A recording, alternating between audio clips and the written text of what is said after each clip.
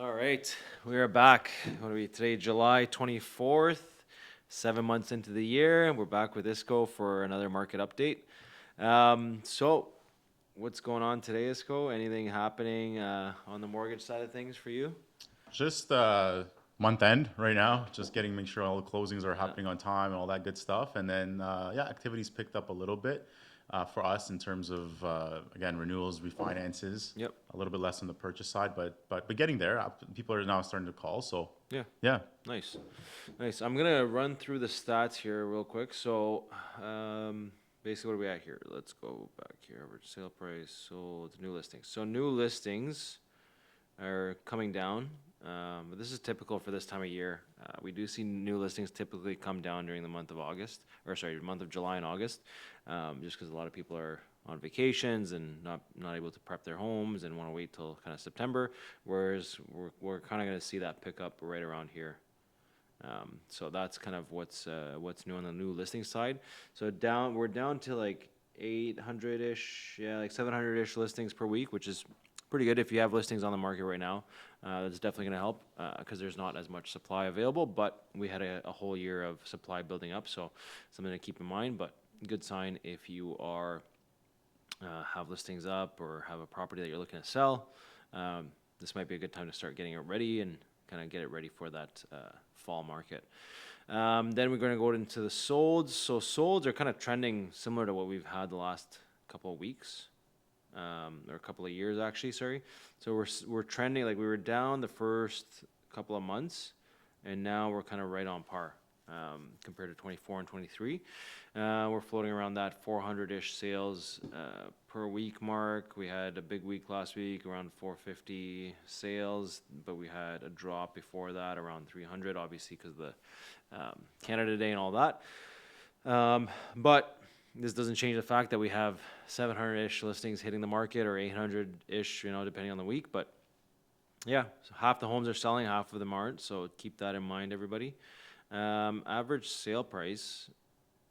This is residential only. So residential only is kind of around the same mark. And the average sale price is down a little bit from a couple weeks ago. But you can see that same dip from 2022 and 23. Well, in 23 and 24, it actually went up during these weeks, which is abnormal. Typically, July does kind of tend to bottom out a little bit, and then it rejuvenates back in September. So we'll see that. But let's see here. So this is average price of residential and condo is down. So that's a 4-year average completely down. So we dropped quite a bit, and yeah, we're kind of similar prices to what what we were seeing in March. But I think we're going to see a little bit of a spurt come up back in, excuse me, back in September. I think we're going to see prices come up a bit. Again, I think a lot of it. I don't know if you see this like people think things are going to bottom out, but like, what's the bottom, right? Yeah. I always say like there's so many people that want to own homes that I think as soon as the prices drop 5 to 10%, we're going to see that reactivate the market again, right? And even like, I don't even think it'll take 5 to 10%. I think it'll be like 3 or 4%, Yeah. and then all of a sudden everybody starts coming back into the market trying to because they've been watching the last five. If you've been looking to buy a home, like some people aren't ready to buy a home for a year, 2 years, 3 years, and they're watching the market and they say, oh wow, this is the best I've seen it in 3 years. I'm going to buy right now. Yeah. So that's when people start getting reactivated into the market. A 10% drop, depending on the price of the home, could be a huge difference. But I don't see it going that high. But we'll have to see. We'll have to wait and see what's happening in the market and how the market progresses. I think the big thing right now is a lot of people are scared of what's happening in the economy. Tariffs, that's been a talk all year. It's something that people weren't expecting. I don't know how are people seeing and perceiving things on the mortgage side of things. Are you guys seeing a lot of action come in in terms of people, looking for pre-approvals, or is it like how's it been going?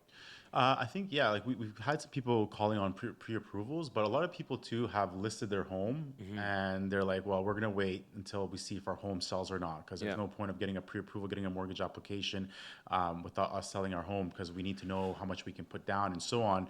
But I'm thinking, you know what, you don't have to wait. Just get your pre-approval anyway. So if the down payment changes or some Yeah. figures change, we can make that adjustment afterwards. But a lot of people are trying to sell their home first, and Yeah. that's something that we have been seeing. Yeah, I find that a little bit strange. Like, why would you not have a you know, like you gotta have a kind of a bit of a plan on what you're planning to do, right? So Yeah. if you're selling your home, you're listing your home for 700,000, Yeah. and let's say you sell it for 700, or you have a bottom number of 670, somewhere around there. Yeah. Um, Now at least you know what your approval is going to be for the next home. Yeah. But if you're selling first, and let's say you sell at 670 or 650 or 640, you don't even know what you're even looking at anymore. Right. And what if that doesn't work for your current situation? So I think that's one thing that it needs a little bit more research instead of just putting a home up for sale and hoping that things work out. You got to kind of have a bit more of a plan, and be ready to tackle on what you're expecting. And then you also, if things don't work out, you don't have to sell your home. Right. Right? Exactly. Unless you're in a dire need and you're busting at the seams and your family's growing really quickly and you really need to buy a new home and you might put yourself in an awkward position where you have to accept certain things, then yes, sure, it makes sense. But if you're just looking to upgrade just for the sake of upgrading, it might not make sense right now, but it might make sense in a couple months, 6 months, a year, something like that. But again, like this, I could be saying all this, and then in 2 months we're in September, and things are completely different. Yeah. Right. Exactly. So, none of this is not financial advice; it's just more advice for how to get yourself prepared. So, residential and condos. So overall, general pricing is down. Sale price for condos is about the same. It was down, now it's up. It's coming down a bit, but we see this every month is different because anytime big condos sell, changes the price. Small condos sell, changes the price. Same could be said for the residential market too. But yeah, in terms of, I've been actually hearing a lot of things about the fixed rate. So the Canada bond is what we look at for where the fixed rates are going, and like we're on a 6 month difference here. So yeah, so March and April were kind of the lowest. We're at 2.4. Now we're back up into the threes, and obviously fixed rates are going up. Yes. Yeah. They a couple days ago they went up by 10, 15 basis points, depending on the lender on the 5-year terms. The 3 years are still decent, but now you're not really seeing the high threes anymore. Now you're in the low fours. Yeah. So a lot of them are advertising 4.29, 4.39, 4.19. You can get as low as 4.09, 4.04, but it's you have to be a really strong applicant to get that exception. Interesting. Okay, so kind of what we expected. Like rates aren't going to stay the same forever, and I don't know what we're going to see in the next policy rate announcement. I know we had the monetary announcement in April, and then we had the rate announcement in June. Nothing happened, and we have our next one July 30th. So next week we'll find out what's really going on and what's happening with the inflation and all that stuff. But basically, yeah, like we're 2 months. Well, we're like what is that? 90 days from the last rate drop, maybe more. What is that? It's March, yeah. So you had 3 announcements that Yeah, they've 4 held months. steady. Yeah, it's been 4 months since they've done any sort of change, which is a pretty big, makes a pretty big difference in the market, right? Like, because the variable rates make a difference on revolving debt and lines of credit and stuff like that, right? Yeah. So if nothing's changing and these price and things are still expensive for people, I don't know. It's gonna be tough. I'm hoping that they do some sort of change at least to just spark up the economy a little bit, but I'm pretty doubtful on that. I don't see anything happening probably until September, October. Yeah, they were saying they're likely going to hold steady. Yeah. Yeah. So Yeah, and I mean, what is that based on? I don't know. They have these numbers and calculations that they use, and I never understand how they're calculating them, but yeah. I mean, they were talking about job growth and like they have a lot of these different sort of triggers, but those are all like high level economists putting this Yeah. together. So it's hard for for anybody to really know. It's even hard for them to know what's yeah, the right exactly. course of action. What's the right call? Yeah. I mean, but I mean, if you're like, are you recommending fixed or variable to most people these days? Like I think 3-year fixed is like a little bit of a sweet spot, and then variable for people who are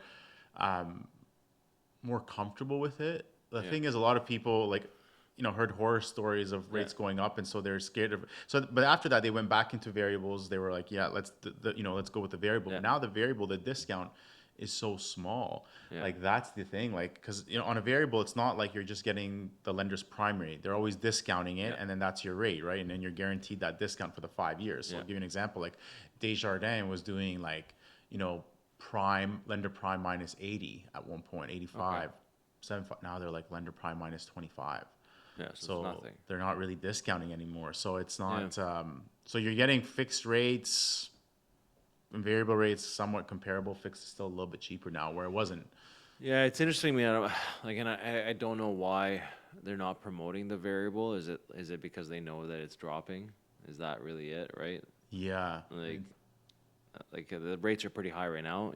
yeah, Can they be better? Sure. Can they be higher? They could also be higher too. yeah, So it's not like we're still in the 6% range where we were what a year and a half ago, 2 years ago. yeah. Exactly. So We were so close though too. Like low fours, high threes. Like as long as we can get back to like low fours, high threes, yeah, it's a good time for buy. It's good yeah. pricing. Like what can somebody get right now on a variable for 5 years? Like is it like what is it 5% on? Like say like, you could probably get 4.3 That's pretty good. on an insured purchase Yeah, yeah, through some lenders. yeah. Yeah, So then if you get two more drops in the next year, you might get some savings there, yeah.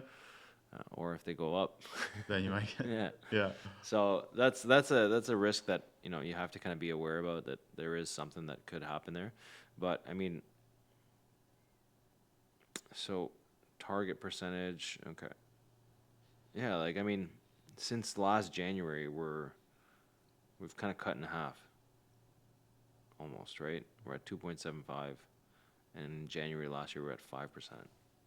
yeah. Like variable rates have come down a lot. Like it's Yeah. like even if you see those like the 50 basis point cuts. Yeah, Like those back those to are the big back, like, ones, that was yeah. a big help for a Yeah. lot of variable rate holders, Yeah. myself included. Yeah, So like, what are people waiting for, right? Are yeah, they waiting for more prices to drop?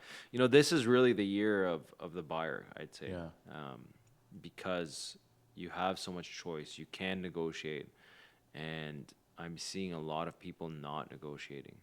yeah, You don't have to go for the home that's, you know, like I know the best homes that are the best price always sell the quickest.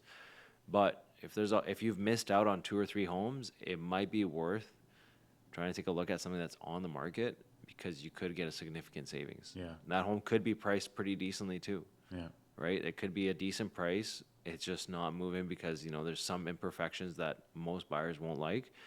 But, my last like 5 purchases that I've helped with clients have all been pretty good negotiations. yeah, And I think I know a lot of buyers are, they don't really want to negotiate, but they'd rather just buy something that's perfect and at market value. And that's like, are we going to find that on every home? Absolutely not. yeah, Most of the time, sellers are always trying to look for the most amount of value or most amount of money in their pocket, yeah, right? And is that, how often are you going to encounter a seller that's very realistic to putting something on the market and wanting it to move quickly?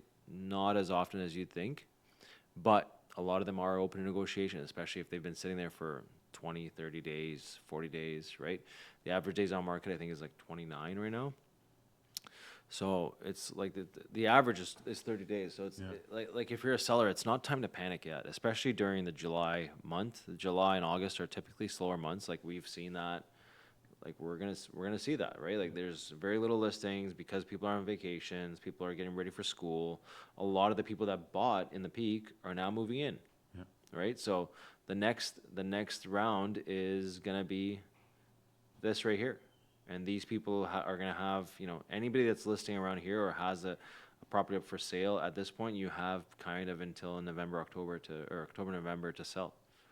If you don't sell by October, November, then you know you might sell, but it's going to be slim pickings until January, February, yeah, when the market starts kind of activating itself and starts going up. Because everything past November is just downhill, right? New listings, the amount of solds, like even here, like if we look at last year, like there was good activity in 2024. All of last year, I think this is a holiday or something. This is Thanksgiving right here. This drop, that's Thanksgiving, yeah, because there's such little sales because it's a long weekend, right? Like everywhere there's a sharp decline, it's usually a holiday. So Thanksgiving, Civic Holiday, and I think this is, Canada Day, and then whatever this is, I think this is Victoria Day. Okay. So everywhere there's a sharp decline, it's usually a sign where a lot of people are halting things. But last year we had really good activity for the last 3 months, and then sharp decline all of December, right? We were going down, had a little spark, last 3 weeks of December, and then sharp decline. Yeah. And then that's the same for the last 3 years. So I think, but then you see January starts activating right away and starts climbing to that spring market. Back at it, yeah. Yeah, so I think a lot of sellers are going to, you have to be kind of ready to hit that peak in the next couple of months, and be ready for that. Whatever offers come, take it and run, because if you don't sell then, when are you going to sell? Yeah. Right? Yeah, I think that's really it. And I think the buyers, you need to, if you're not seeing something you like, make something work that you still like. Yeah. Like that. I keep talking about the negotiations. It's like we had somebody last week come in, and they offered. We had a property up for sale for $725. They came in at $695. Like, okay, it's an offer. Let's work with it. We're not getting, we're getting a good amount of showings, but we're not getting a ton of offers. So we counter back somewhere in the 720-ish range. If you're going to come in low, we're going to counter high, right? So pretty typical negotiation. It's not out of the ordinary. And then the agent calls us like, we're going to walk away. Why are you going to walk away? Like, what's your max? Well, 710. Well, okay, then put it on paper. How do you know we're not going to accept it, right? Like, they just walked away from that. Yeah. Where these buyers could have potentially gotten themselves a deal. Like, what if we counted, like, at 710, maybe we would have countered at 715 or 712 or 714, and maybe there's a deal there that would have worked for everybody. But instead, they're shopping around. Yeah. And what if a month later they come back? Oh, hey, like, we still like the house. Let's go back in at 705. What if we're sold by then? Right. So maybe these, like, sellers are missing out, obviously not selling the home, but these buyers could potentially also miss out too. Yeah. So it's a weird market, and I think that's kind of where there is a lot of disconnect. Like, don't be shy to pursue things, and don't be offended by somebody countering high on your lowball offer. Yeah. Yeah. No. Exactly. Like I have, buyers say like, oh, I'm discouraged. What are you discouraged about? Yeah. You just made one offer. Yeah. Yeah. You made a lowball offer on an expensive home, and you're expecting them to accept it on the spot. Put yourself in like, let's say in 7 years from now you have to sell the property, right? Yeah. What are you gonna do when a lowball offer comes in, if it comes in? Like, just because the market is the way it is now doesn't mean in 7 years it's going to be any different. We don't know that. It could be completely different. It could be a seller's market altogether, and you're selling homes instantly. But it also could be a very heavy buyer's market too, where yes, maybe prices have gone up, but maybe homes aren't selling as quickly. So it's like you can't predict the future. You can't buy on future values. You got to deal with what you have in hand and keep going. So I just keep trying to encourage people like, hey, you missed out on one offer on one home. That's fine. Yeah. Sometimes you're not supposed to win the first one. Right. It's part of it. Because what if you win the first one and you say, and a week later, like, I'm regretting it. I think I overpaid, yada, yada. Then what? Yeah. You'll never know. Yeah. But if you miss out on one or two, then okay, this is where the market's at. This is what I like. The stuff that I want is too expensive and I don't want to pay for it. So let me work on this. And that's generally how things end up. So yeah, that's my little rant on negotiating. Yeah, no, that's the thing. I mean, they work hard the seller works hard for their money, the buyer works hard for their money. You both are trying to protect your interests, so it's not personal. Yeah, it's not. No, it's business, it's part of the whole thing. Yeah, and when have you walked into somewhere and gotten 10% off just by saying hello? Yeah, never. Like, exactly. You're not gonna walk in, like, you walk into a car dealership. You think they're just gonna give you money right off the bat? No, you're gonna have to negotiate. You have to make an offer on the car, which is completely fine. And I've seen people go shop at 7 different dealerships, but all of a sudden, when it's a house, nobody wants to negotiate anything. It's like, guys, like, this isn't an easy thing. Yeah. Right. So, and you go in to get, what about when you go get appliances? It's pretty fixed pricing. Yeah. There's very little room for negotiation. Maybe you get an extra warranty. Maybe you get an extra accessory with the appliance. So it's like, I don't know. People need to just attack it head on, find the home you like, and just go for it. And yeah, that's my little rant. Yeah, and then what are you seeing on in terms of people refinancing or bridge loans and stuff like that? Is there, what should somebody expect uh, when they're applying for a bridge loan typically? Yeah, so I always tell people like if we can avoid a bridge loan, Yeah, let's avoid it yeah, completely because not because it's expensive. I mean, it's a little bit more than the regular rates, but it's more that it's going to limit the amount of lenders that we can work with. And they all have a very different bridge process. And people say, well, look, like just for those out there, like why a bridge loan is needed is if you're selling your home and you're buying a new one. And let's say today is July. yeah, We're in July right now. And let's say your home you've sold and the closing is October 1st. But you bought a house and you want to close September 20th because so you want to move into your new house before yours sells or closes. Then you need a bridge financing because you don't have money for that down yeah, payment. So the bridge is they bridge the two transactions and they give you that down payment. Now the reason that people want this is like, oh, it's easier to move. What am I going to do for 10 days? Where am I going to go? yeah. Or what, like even sometimes it's few days. They want to I want to That's get in like there 2 3 days. two, Yeah, 3 days. I want to get in there before this one closes because my cats or yeah. whatever.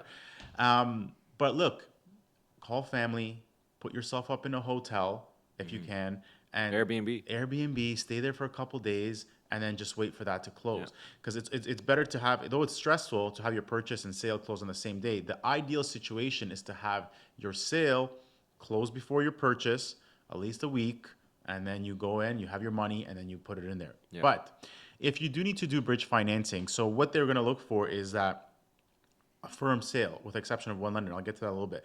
But if you're selling your home and you're buying a home, so let's say you bought a home and you need a bridge, the lender is going to want to see a firm closing date yeah, on your sale. So no condition, fine, it's firm, and a firm purchase on yours, and then they'll get the bridge going. yeah, So then you'll be able to close your purchase sooner than your sale. Now, in this market, sometimes homes don't sell. yeah. And then now you've bought a home, you've committed to buy this home, and your home hasn't sold, and you don't have the down payment, and you're thinking, what am I going to do? Because you can't close. There's a lender out there who will actually give you bridge financing even if you don't have a firm sale. Wow, Okay, so it's a little bit more expensive, but for sure. it's very reasonable for the amount of risk they're assuming Yeah, and they'll give you a year. But what they'll a do is year, a full year to to get yourself sorted out. unreal. But what they're looking for is total loan to value of both properties cannot exceed 75% loan to value. Okay? So if the house that you bought is worth 1 million Yeah, and the house that you are selling is worth 1 million, okay? So they won't go past a total mortgage amount of, let's say, 1.5 million because that would be 75%. So yeah, they add the values of both and then 75 LTV combined. So that 75 LTV combined should be enough for you to do the purchase and to get the bridge. So they're looking at a total combined LTV when they're doing this program. wow. And so so that's what they do. I did one out in Barrie like that. Exactly that. Two teachers had a home, didn't sell.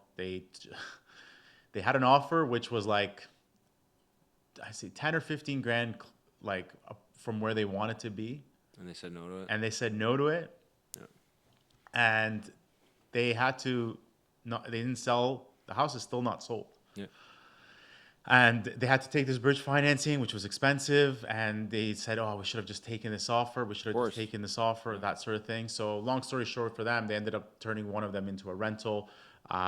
We refinanced, paid out the bridge, and they're gonna wait and see. But that program is available out there. So, if you bought a home and your home hasn't sold and you need to close on your home, there is that option and there is an exit strategy. And it's a little more expensive, but it's doable because the alternative is much more expensive, which is not closing and then facing um, Yeah, lawsuits. Yeah, legal yeah, yeah. trouble and lawsuits. So that's way more And that expensive doesn't and stop. That doesn't stressful. stop at your deposit. Like everybody thinking that, oh, I'll just lose my deposit. No, it doesn't stop at your deposit. They can go after you for a lot more, and you can go to court for a couple of years and waste your time there and pay legal fees and pay the seller's legal fees, et Yeah. cetera, et cetera, et cetera.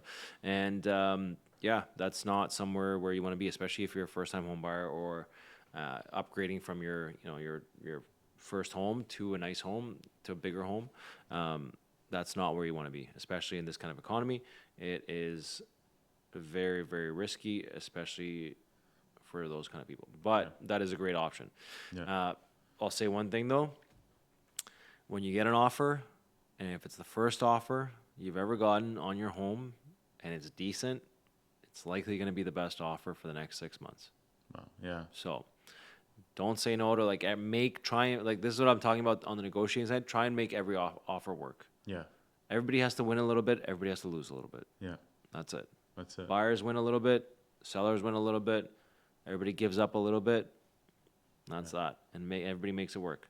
Especially if you're selling those properties that are not, easy to sell. Well, nothing's easy to sell nowadays. Everything because there's so much, right? Like, like there's 2 or 3 of everything. So Yeah. yeah. Yeah, like this one here was like in the 1.2, $1.3 million range. The one that they declined over, like, 20, 15,000. So at 1.2, 1.3, you're gonna let it go for a small amount. Yeah. So it's not like you're selling a 500,000, you know what I mean? So it's like, how many buyers are out there buying $1.2 million homes right now? I mean, I don't think Who knows? many. Yeah. Who knows? How do you know? Yeah. In Barrie too. Who knows? Yeah. It's Yeah. not a big city. Like Yeah. it's not huge. Yeah. So yeah, that's a tough one for sure. A tough pill to swallow, and I feel bad. Yeah. Like I wouldn't, like if I was the realtor, I'd be advising heavily against not accepting that, Yeah. or heavily against not accepting it, Yeah. and highly advising to accept it. For sure. Yeah. Because But that bridge financing, because you're carrying both homes. yeah, the bridge financing probably costs 3 months. cost double the what 15 grand. yeah. There you go. So that's it. Yeah. That's it. And so you instead of taking the $10,000 to $15,000 less on the offer, you're gonna pay 30,000 in interest Yeah. on that bridge loan. Fees, legal fees, Yeah, because then you need a lawyer to close the bridge Yeah. too, right? and discharge. Yeah. So there you go. So you're probably like 50, 40 grand over a $10,000 to $15,000 decision. Yeah. Plus the carrying costs until you find out what you're going to do, whether you're going to sell or refinance and turn it into rental. Like, why? Wow. The emotions. I know everyone's home is beautiful. Theirs is the Yeah. best in the neighborhood. Wow. They did everything. They did, it's wonderful, but it's just, Yeah. Wow. That is an expensive negotiation. yeah. Unreal. Okay. Yeah. Well, I wish. Yeah. I mean, that's the thing. Some people are gonna learn some tough lessons Yeah. in this kind of market where things aren't moving as fast as they should be, and things aren't going as quickly as they should be. So, a lot of things to learn there. We talked about bridge. What else is hot these days? What are people? What kind of products are people looking at? Like what's the? We talked like a few weeks ago. We talked about the purchase plus improvements. We're talking about bridges.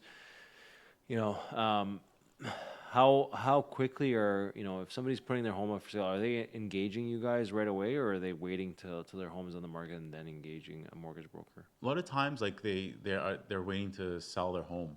Yeah. And then they call, and like when they're starting to get some traction, and because they like common things, like number one, they say, well, I don't want to be wasting your time. You're not wasting my time. This is my job. So even Yeah. if I do a pre-approval for you and your house doesn't sell and nothing comes of it, I did my job.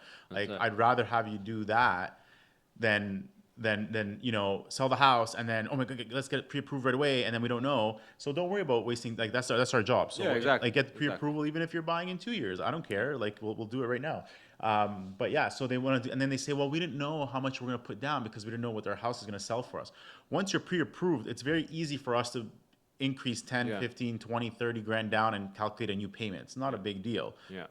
The big important thing is that we've done most of the legwork up front, and then we can make adjustments afterwards. But yeah, people are trying to list their home, sell it, and then engage with us. And other times they're engaging with us right away. I want to buy. This is what I think my home can sell for.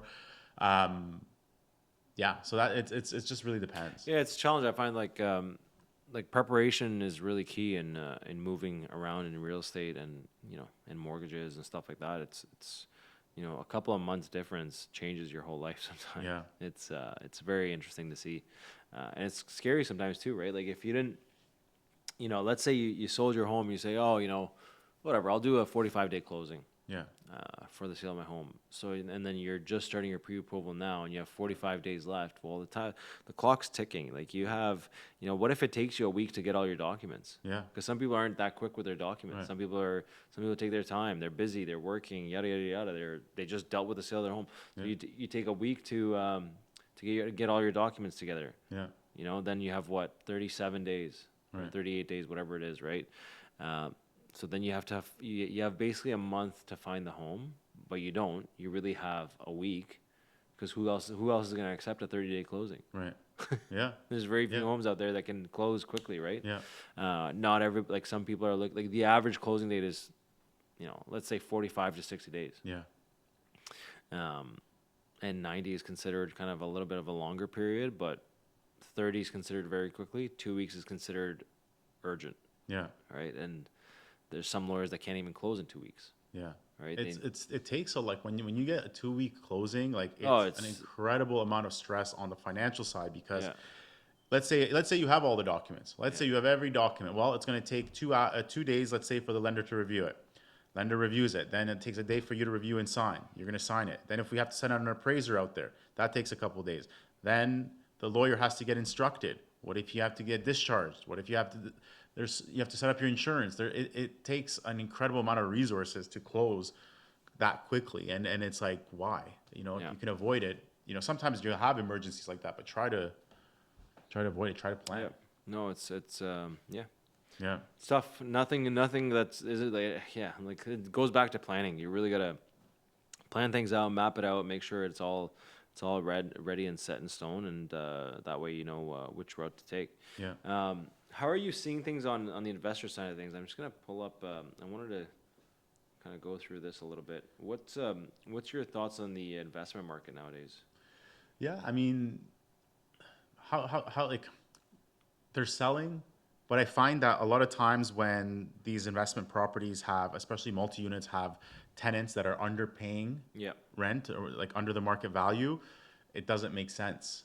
And it's scaring potential investor purchasers because you see all the horror stories of what tenants are doing, not paying, not moving out. They're doing all sorts of things. I mean, yeah, of course they have an issue with housing and affordability, but I find like the ones that are not tenanted or tenants are paying decent market rents, they're okay. But as soon as they see a tenant's been there for 15 years, and then it becomes tough. Yeah. So right now in the whole Ottawa region, there is 162 multi-units available, and that's everything under 6 units, I believe. What is this? So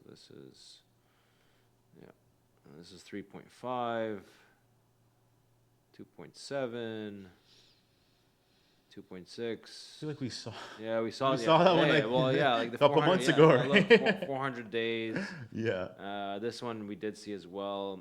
Yeah, like it's been real.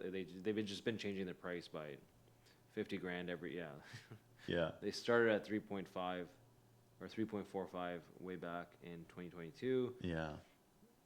They've actually been trying to sell it since 2020. Wow. So look at that. Started at 3,050,000. Yeah. Brought the price down to 2.97. Then new listing, 2 years later. Oh, prices went up. Time for me to ask more. 3.4 doesn't sell. 3.4 doesn't sell. 2.9 doesn't sell. 2.9, 2.9, 2.9, 2.8. Yeah, 2.9 again. 2.8, 2.8. Unbelievable. Wow. 2.655. So this is the time to get in on this bad boy. Wow. Offer So 2.5 and see what happens. so it's down 900K in It's asking never price. worth it was never worth the three, like For sure. like Yeah. you know what I mean, like Or it would have that's- sold. Yeah, like that's the thing, right? So what is gonna happen?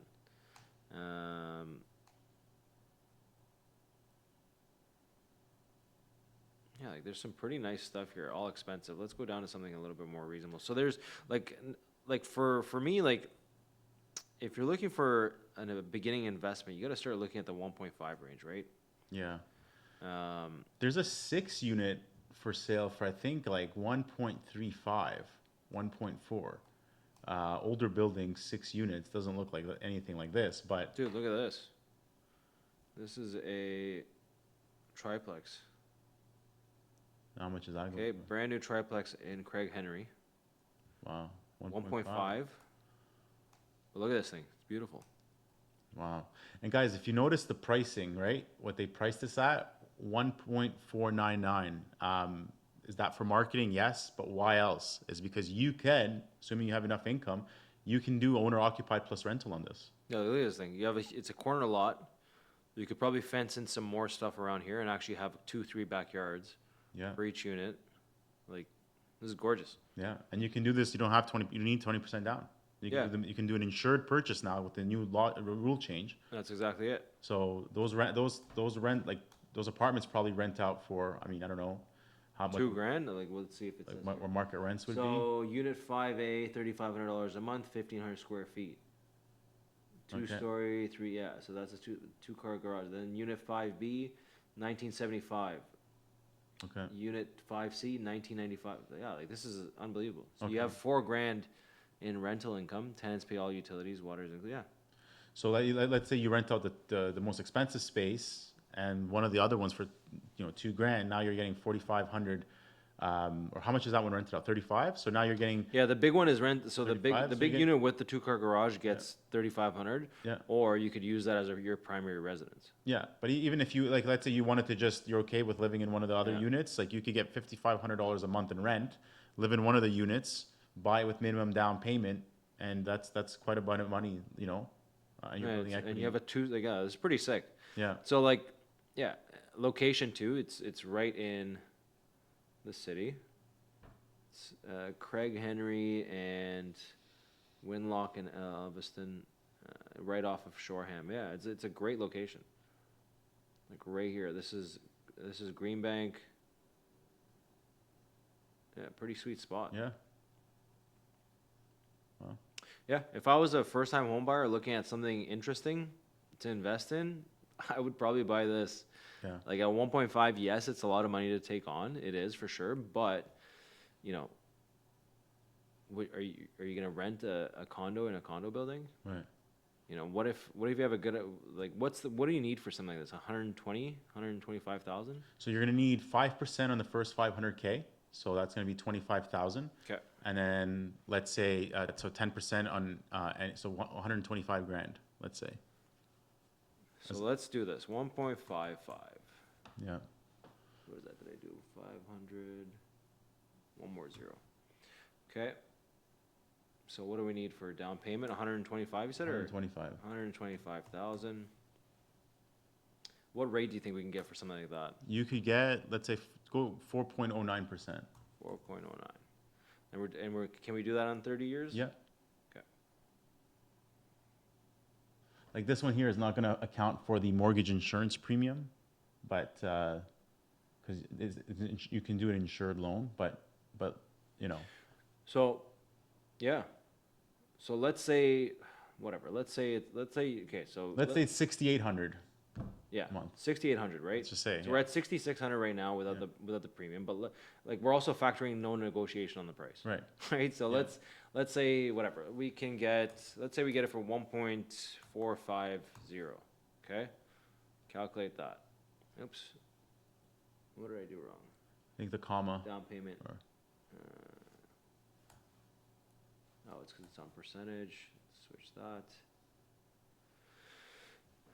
$6,300. Let's add $200. So $6,500 on this property. $6,500. You got $4,000. Let's say you're renting out you're yourself Yeah. using you and your wife or you and your partner Yeah. are taking the big unit. Okay. That's getting $3,500 a month. So Yeah. you're losing the $3,500, but you're getting $4,000 in rent on the other two units. Yeah. So you're basically paying to own a massive triplex, Yeah. a really good location. Yeah. You're paying $2,000 a month, And or $2,500. and a beautiful like property to live in. It's the Brand size of a new, townhome. beautiful, yeah. Size of a townhome, right? Let me go back here. Yeah, like this is the size of a townhome, like the main unit, right? So unit A, which is this guy right here, you get the double car garage, which most townhomes don't have. Yeah. You also live in Craig Henry area, which for a home this size, you're not going to be getting for $2,500 a month. Yeah. And there's also no new builds in the area that, are 650,000 Yeah. or 600,000 that you can get. So this is like a little bit more strategic, not for everybody, but if you want something that you get, like this is a 2-story build, right? So this is your main story. You have your upstairs. I mean, this is a pretty premium build, right? It's not huge, but it's not bad. You have some backyard. You don't have a huge backyard, but you have, like, look at this. This is gorgeous. I don't know. I see the potential in something like this. Yeah, like if you were buying a townhome for 600K and you have 20% down, that's 120 grand. Essentially, you can put that on this, Yeah, and your monthly costs are probably going to be the same. yeah, But now you own an investment property that is $1.5 million that you bought and that's being paid down. yeah, Now you're also able to deduct portion of the interest, yeah, portion of the property taxes, portion of the insurance from your taxes because Yeah. part of it is a rental. Not a bad idea. yeah. So there's something to be said about that. I mean, yes, does it take a little bit more work? Is it a little bit more intense on being day to day? Yes, but you also live in it. Yeah. So can your tenants be bad tenants when you're living there? No. They're not gonna be. Hey, I live in Unit A. Yeah. If you mess around or if you do things, I'm here every day. So, yeah, Yeah. you're gonna be dealing with me. It's not gonna be, yeah, Yeah, not a bad deal at all, yeah. actually. I like it. I Yeah. like that one a lot. So I see this probably moving very, very quickly, especially for the area. I mean, like, look at the surroundings, right? Like, you got another one going up in the behind. Let's see, do we have any aerial shots? No, we don't. Yeah, like great location, like right off of Craig Henry. Like right here, major bus routes, schools nearby, great parks. I mean, yeah, like I went to high school in the area, so I know the area very well. And I think this is honestly like a pretty good deal. Yeah. Yeah, like even this. What's this? A duplex? No, it's a triplex as well. So what are we getting here? Still under construction, expected completion date in February 2026. So what is this supposed to look like? Yeah, okay, so you probably have main unit up here, and then the 2 secondary units on the other door. Not bad. Yeah. 1.44, yeah, 1,450,000. So same thing. I don't think they'll get the same rents because it's a smaller unit, Yeah. but this is in Barhaven. Yeah. This is right off of Melville Drive. Good location as well, residential area. Yeah. Yeah. Yeah, I mean, like, this is, like, yeah, look at this thing. This is beautiful, too. So this is right in Civic Hospital area, which is fantastic area. Yeah. You're close to the highway, but it's not bad. You're not going to have too much road noise, but you're right off of Beach Street. Where's Champagne's right there. Preston is right here. Wow. So great location. Look at the build, too. Gorgeous build. Decent neighbors. Yeah, like, this is fantastic, right? Yeah. So 1.34. Yeah, like fully updated, right? Like, and you don't need a huge down payment for this. Like, you qualify for that new plan, right? It's a duplex, so it is going to require a little bit more money, but also where are you going to buy?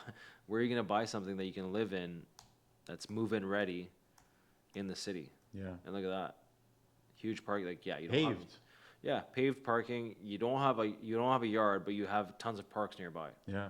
Could you make like a little barbecue area here? For sure. Yeah. Like, you could do a lot with this land here, and yeah, like there's a lot to do here. But that's the thing. There's so many parks by people in Europe, man. They raise their families in apartments. Apartments, yeah. And you use the public spaces, the parks, the beaches. You drive outside the city, and you enjoy these things. Like, how often are you barbecuing? I mean, I'm barbecuing pretty often, but like. Well, you were doing it for 6 months out of the year, max. Right, max. You're not doing it every day. Yeah, you're not doing anything from November till what? November till February till March. You're not Yeah. until April. You're not barbecuing. Right. So it's like, yeah, it's fun, but Yeah. like, dude, you can also like you can just set something up too, right? Yeah. Like, there's a front yard here that like that's the thing, right? I have like for me, it feels like some people are just a little bit too picky on what they want and don't see the vision. Yeah. And that's why a lot of people do like buying in the city, especially in the Westboro area, Civic Hospital area, Hintonburg. you know, they see the potential, like, okay, maybe I get this now. Maybe give me like 7 years. I'm gonna save up some cash. Yeah. I'm gonna tear this thing down, get a construction loan. I'm gonna build this beautiful home Yeah. in the city where, you know, I'm walking distance to everything. I can bike everywhere, and if I need to get on the highway, I'm right there. Yeah. Right. So some people see the vision, some people don't, and Yeah. you know, and if you don't, then you're gonna be living in the suburbs, paying $650 for a townhouse, or, you know, $1 million for a single, and that's it. Yeah. So, two different types of life. Yeah. But depends on what you like. For me, that's beautiful. For me, I love, like, Yeah. these are great opportunities, right? Like you don't have to buy, like, look at this thing. This is in Waverly, on Waverly Street. Yeah, it's a crappy area, crappy house. Not crappy, but, you know, it's got tenants. This is really like a slumlord type of build, right? Yeah. But still pretty decent, and yeah. Also, the other thing too, you got to think about, like, you buy one of these, think about how much you're saving in gas by not commuting downtown. How much are you saving? Yeah, where do you on, work? The depreciation on your vehicle because you're not putting that much mileage on it. How much are you saving in time? You know, there are a lot of things. Yeah, like, look at this, $1,350,000. Tons of parking, great landscaping, Rooftop patio. rooftop patio, like, gorgeous interiors. Beautiful. Like, this is unbelievable, right? Lots of space. It's not cramped. You know, like, there is some things to be said about this, and there, you know, this is the basement. It has its own Yeah. walkout. It's not a small cramped basement. Like, it's really, really nice. Rooftop patio. Like, you don't have a backyard, yes, but you have a rooftop patio. Yeah. You know, like, for me, if I had a rooftop patio, put a couple of those stand-up heaters like they have in front of the clubs, right? Like, there's people that do that. You could put a couple of those out there and Yeah. have a pretty sweet setup, Yeah. even for the winter, right?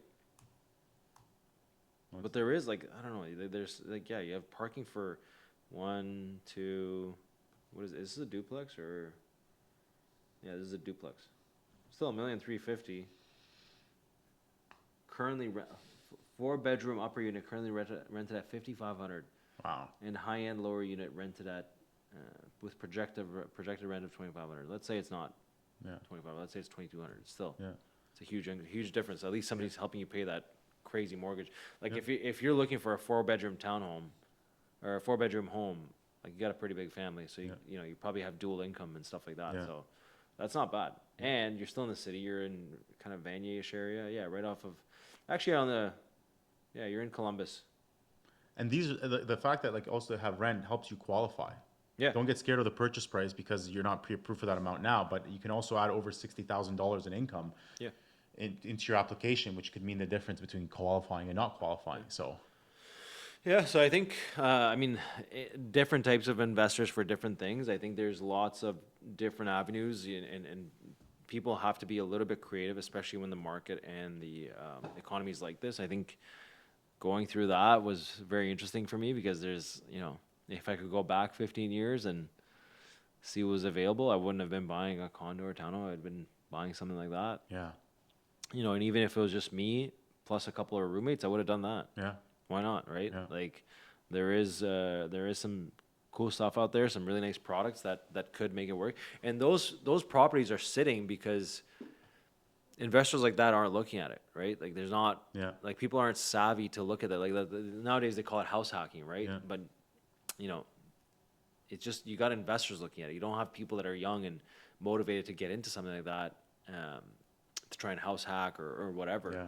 To get into it and jump on an opportunity like that. Because to me, like that Craig Henry one, I'm gonna recommend that to each client that I have that's looking for that sort of yeah. thing. That's a Like, great that's deal. like, that's, to me, like, that's, why would, like, you're a 4-minute drive from the highway, Yeah, right? Like, right off of Greenbank and Pinecrest or whatever. yeah, Like, that's in the city nowadays, Yeah. right? Like, yeah, that's city limits compared to, you know, like, Barhaven, Riverside South, Findlay Creek, Canada, Orleans. yeah, It's half an hour, yeah, yeah, right? So, yeah. yeah, something to be said for sure. And I think we're gonna be seeing some things change here. But that's all I got. You got anything else you want to tell the audience? No, I think that's it. Covered a lot of ground. So, yeah, Awesome. good chatting with you. Cool. Thanks, guys. See you soon. Thank you.